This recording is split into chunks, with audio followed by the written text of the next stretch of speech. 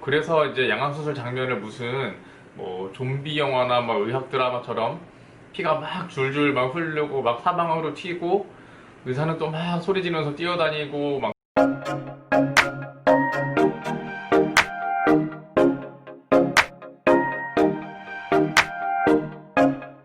안녕하세요. 그턱이 알고 싶다의 도치입니다. 오늘은 양악수술 출혈의 법칙에 대해서 이야기를 한번 해보겠습니다. 일단 많은 분들이 양악수술 하면 엄청 위험한 수술, 그리고 피가 엄청 많이 나는 수술, 이렇게 생각을 하고 계시죠? 사실 이 부분에 대해서는 제가 예전에 올린 양악수술의 위험성 영상에서 별로 위험하지 않다고 설명을 드렸었는데요. 그런데도 아직도 심심치 않게 인터넷 기사를 보면 턱수술 중에 과다출혈이 발생해서 문제가 발생한 경우들이 나오는데요. 그래서 이제 양악수술 장면을 무슨 뭐 좀비 영화나 막 의학 드라마처럼 피가 막 줄줄 막 흐르고 막 사방으로 튀고 의사는 또 막 소리 지르면서 뛰어다니고 막 그렇게 생각하는 분들이 많아요. 근데 양악수술은 제대로 시설이 갖춰진 곳에서 어느 정도 경험이 있는 의사가 진행하는 수술이라면 대부분 피가 그렇게 많이 나지 않습니다. 보통 양악수술 장면을 밖에서 바라보면 손은 막 되게 바쁘게 막 움직이는데 대부분 조용하고 그리고 차분하게 진행이 돼서 영화처럼 막 우왕좌왕하는 그런 상황은 없죠. 그거는 바로 이제 제가 양악수술 출혈의 법칙이라고 이야기를 좀 거창하게 했지만 대부분 숙련된 의사는 피가 나올 부분들을 미리 알고 그 부분을 특히 조심하기 때문인 거죠. 양악수술에서 과다출혈이 발생할 수 있는 부분은 위턱에서 한 4군데 정도, 그리고 아래턱에서 한 4군데 정도, 그리고 턱 수술에서 한 3군데 정도로 생각을 해볼 수 있습니다. 이 부위들을 지금 한번 자세히 살펴보겠습니다. 우선 위턱 부위를 설명을 드리면요. 각각은 디센딩 팔라타인 아터리, 그리고 포스테리어 수페리어 알베올라 아터리, 그리고 맥실러리 아터리, 그리고 테리고이드 플렉서스라고 하는데요. 이 혈관들이 손상이 되었을 때 피가 많이 나오는 순서도 말씀드린 순서와 같습니다. 즉, 더 뒤로 그리고 더 안쪽으로 갈수록 피가 더 많이 나온다고 볼 수 있는 것이죠. 디센딩 팔라타인 아터리나 포스테리어 수페리어 알베올라 아터리 부분은 약간 손상이 된다 하더라도 대체로 금방 지혈 조치가 가능합니다. 근데 만약에 이제 맥실러리 아터리나 테리고이드 플렉서스가 손상이 되면 이때는 정말 피바다가 될 수가 있어서 절대 조심해야 합니다. 이 혈관들이 다치는 상황은 정말 상상만 해도 너무 아찔합니다. 교통사고로 치면은 마치 역주행 정면 충돌 사고 같은 거죠. 그래서 잘 안 생깁니다. 아무튼 출혈은 이제 적게 되는 게 좋기 때문에 수술 중에는 항상 조심해서 접근을 하고 기구를 사용할 때에도 주의해서 해야 하는 거죠. 그러면 피가 많이 나오는 일은 좀처럼 생기지 않습니다. 저의 경우에는 가끔 디센딩 팔라타인 아터리에서 이제 피가 잠깐 나오고요.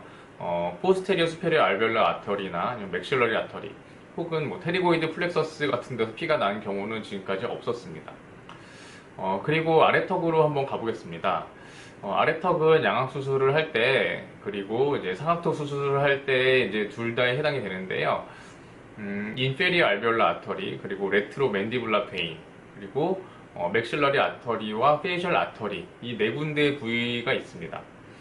이 중에서 인페리어 알베올라 아터리는 다치게 되면 출혈량은 사실 그렇게 많지는 않지만 인페리어 알베올라 너브, 즉 신경과 함께 지나가기 때문에 피가 나면서 신경도 다치게 됩니다. 근데 이제 그게 더 큰일인 거죠. 이 혈관과 신경이 다치게 되면 아랫입술 감각 손상이 발생하게 되고 이게 돌아오는 게 쉽지 않은 경우가 많기 때문입니다. 신경 손상에 대해서는 다른 영상에서 더 자세히 설명드리도록 하겠습니다. 그리고 나머지 이제 레트로 맨디블라 베인이나 아니면 맥실러리 아터리, 페이셜 아터리는 다치게 되면 모두 위험한 것들입니다. 그거는 이제 출혈량도 많지만 출혈이 발생했을 때 이제 어디서 피가 나는지를 찾기가 어려워서 지혈이 힘들기 때문이죠. 가끔 성형외과에서 이제 V라인 수술이나 사각턱 수술 등의 이제 안면윤곽 수술을 하다가 과다출혈 사고가 나는 곳이 바로 이 혈관들입니다. 근데 이 부위들이 다치는 일도 사실 다 엄청 큰 교통사고 같은 것들이라서 어느 정도 숙련된 의사가 조심해서 수술을 한다면 여기가 다치는 일도 잘 안 생기죠. 저의 경우에도 이 부위들에서 피가 난 적은 지금까지 없었고요. 그리고 이제 이어서 턱끝 수술도 이제 양악 수술하면서 보통 동시에 하는 경우가 많아서 말씀을 드리면요. 턱끝에서는 이제 혀 밑에 있는 근육들, 그리고 턱끝 주변 신경들, 그리고 뼈의 절단면에서 출혈이 좀 있을 수 있습니다. 간혹 뼈를 너무 뒤에까지 절단하게 되면 페이셜 아터리까지 접근하는 경우도 있을 수 있겠지만, 통상적으로는 이제 턱끝 수술의 뼈 절단 부위는 양측 작은 어금니 정도까지이기 때문에 위에 말씀드린 부분들 정도에서만 주로 출혈이 발생할 수 있습니다. 이 부위의 출혈은 보통 그렇게 많지는 않은데요. 만약 지혈 조치가 제대로 이루어지지 않으면 피가 계속 나서 결국 다 모이게 되면 그 양이 꽤 많아지고 위험해질 수도 있겠죠. 근데 이때는 이제 피가 나는 것 자체도 위험하겠지만, 피가 고여서 혀 밑이 많이 부어오르게 되면 호흡 곤란이 또 발생할 수 있어서 이 점도 주의를 해야 합니다. 또 턱끝 주변 신경은 뼈 안쪽에서는 인페리어 알베올라 너브의 앞쪽까지, 그리고 뼈 바깥에서는 멘탈 너브가 있는데요. 위에서 말씀드린 대로 이 신경들이 다치면 물론 출혈도 발생하겠지만 그 양은 그렇게 많지 않아서 문제가 되는 경우는 잘 없고요. 대신 감각신경 손상이 발생하는 문제가 더 큰 문제일 것 같습니다.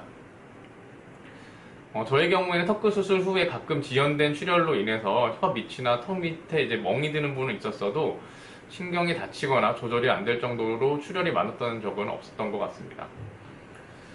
자, 오늘 이렇게 양악 수술을 할 때 피가 많이 나는 부위들을 알아봤는데요.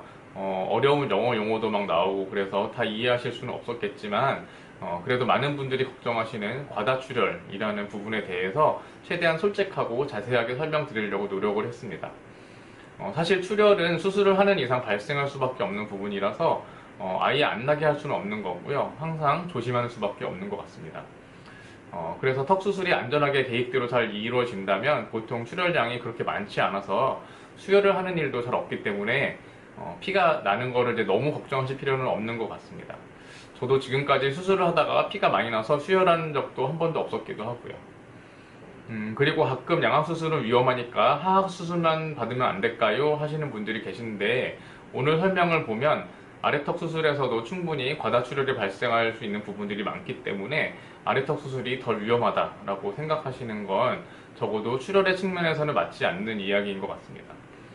따라서 양악수술이 하악수술보다 더 위험하니까 아래만 하자, 이렇게 이야기하는 분은 그냥 수술을 잘 모르는 분일 가능성이 더 큰 것이죠. 하지만 그래도 걱정이 많으신 분들을 위해서 한 가지 충고를 드리자면, 혹시 발생할지도 모르는 사고가 그래도 너무 걱정된다면 턱 수술은 되도록 혈액 예비 보유량이 여유가 있어서 응급조치가 신속하게 이루어질 수 있는 대학병원 같은 큰 의료기관에서 받는 게 더 안전하다고 볼 수도 있겠네요. 그럼 오늘 영상을 보시고 혹시 궁금한 점은 영상에 댓글을 달아주시거나 제 블로그, 인스타그램에 문의를 주셔도 답변 드리도록 하겠습니다.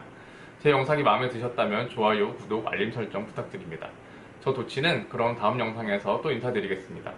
모두 건강하세요.